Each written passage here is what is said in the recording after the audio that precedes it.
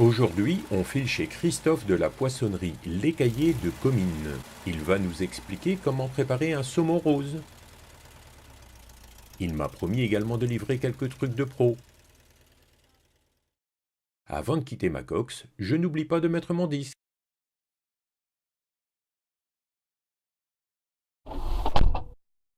Bonjour Christophe, peux-tu te présenter en quelques mots? Oui, bonjour Paul. Donc, je m'appelle Christophe Merlevide. J'habite Comines depuis mon enfance, je veux dire.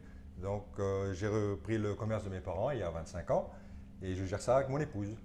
Super. Tu nous proposes aujourd'hui de préparer un saumon rose. Que faut-il pour cela?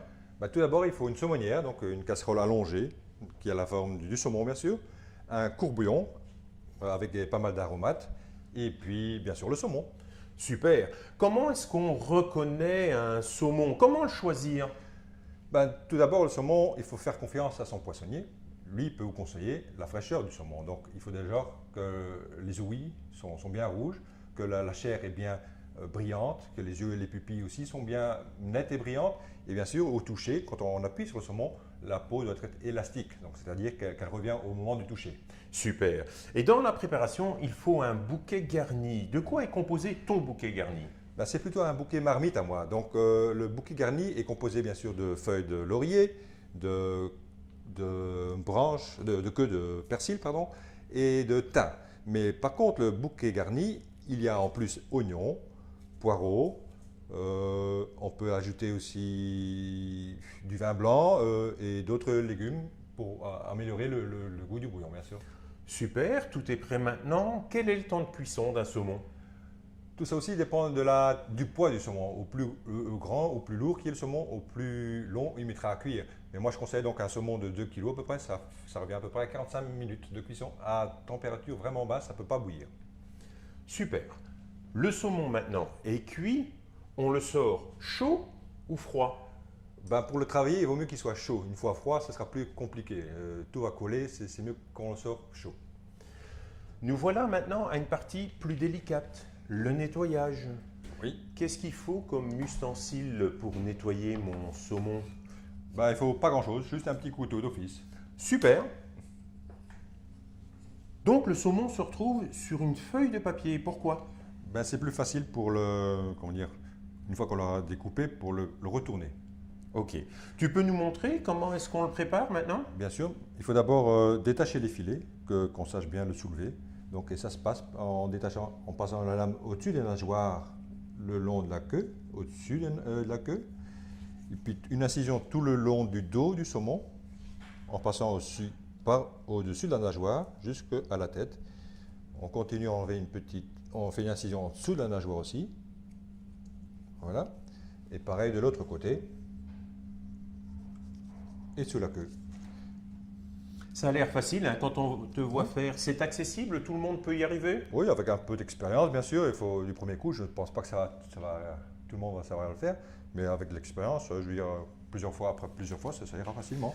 Et ici, c'est un grand saumon avec un petit. Même technique ou c'est plus difficile? Non, je dirais que c'est toute la même technique. Les saumons, petits ou grands, c'est toujours la même façon. Peut-être qu'il sera coupé un peu moins grand s'il faut des plus petits saumons, donc il y aura moins à découper à ce moment-là. Super, je te laisse continuer. Donc après, nous prenons une feuille pour enlever le filet. On soulève la queue, comme elle est tachée, ça fait un support qui ne casse pas le filet. Aussi à la tête, on le détache bien sûr. Et puis on le soulève en un coup et on le retourne sur la feuille de papier. Génial, ça a l'air Voilà. super facile. C'est super facile. Si le saumon n'est pas assez cuit, vous allez voir, les arêtes sont rouges, mais ici, il est cuit, donc il est à point. Top quoi. Top. Un saumon de chef. Voilà. Super. Après, on continue à nettoyer le saumon, la partie intérieure. On enlève les nageoires, bien sûr, les petites arêtes, le gras, tout ça, pour que ça soit propre, bien sûr. On voit le geste du professionnel quand même. Hein. Oui. Aussi, je vais donner une petite remarque. On nettoie avec l'arrière du couteau, pas avec la lame. Pourquoi? On blesse moins, on casse moins le saumon. C'était le truc du chef. Ça me donne faim tout ça. Là, on peut détacher les nageoires. Ça sera plus facile lorsqu'on enlève la peau. Et là, un petit coup de couteau pour l'enlever, Voilà, je suppose. ça c'est du bon couteau. D'accord. Du bon côté, je veux dire. Comme ça.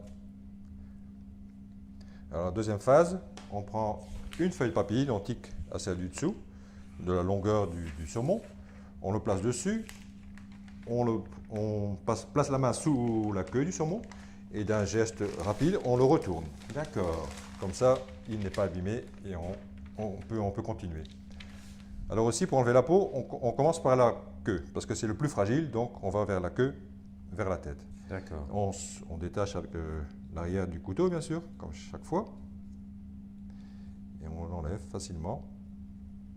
Ça a l'air facile hein, quand on le voit faire. Ça a l'air facile, bien sûr, mais à tout, il y a entraînement. Bien sûr, où c'est plus fragile, il faut y aller plus délicatement. Et s'aider un petit peu du couteau pour garder la chair en place. Voilà. Comme ça. Et après, on enlève le gras du saumon, c'est-à-dire tout ce qui est la partie brune en fait. Hein. Pourquoi on enlève le gras? C'est pas un bon goût? C'est un goût un peu plus prononcé, je dirais. C'est mangeable, bien sûr. Et c'est moins joli. Ça présente moins bien. Voilà. D'accord.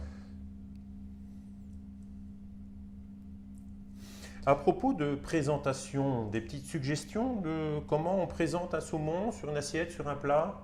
En belle vue, c'est le plus courant quand c'est froid. Donc, c'est-à-dire avec pas mal de crudité, qui est facile.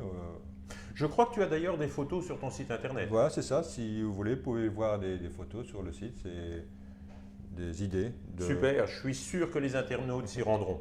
Une petite astuce aussi, ce serait bien de congeler votre saumon.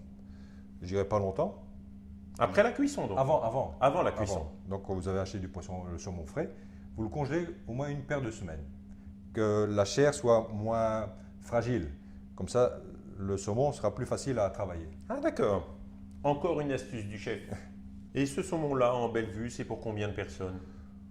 Ici, il doit faire à peu près 600 grammes. Je dirais, si c'est comme on ne mange pas que le saumon, je dirais pour 5 à 6 personnes.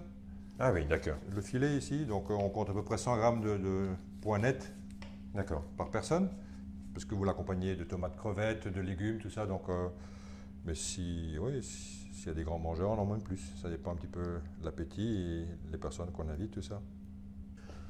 Super Christophe. Un tout grand merci d'avoir partagé tes secrets de professionnel avec les internautes. Je suis très fier de pouvoir présenter ça auprès des visiteurs du référentiel de Comines-Warneton. Et je suis sûr que je vais avoir très vite d'autres demandes pour d'autres recettes.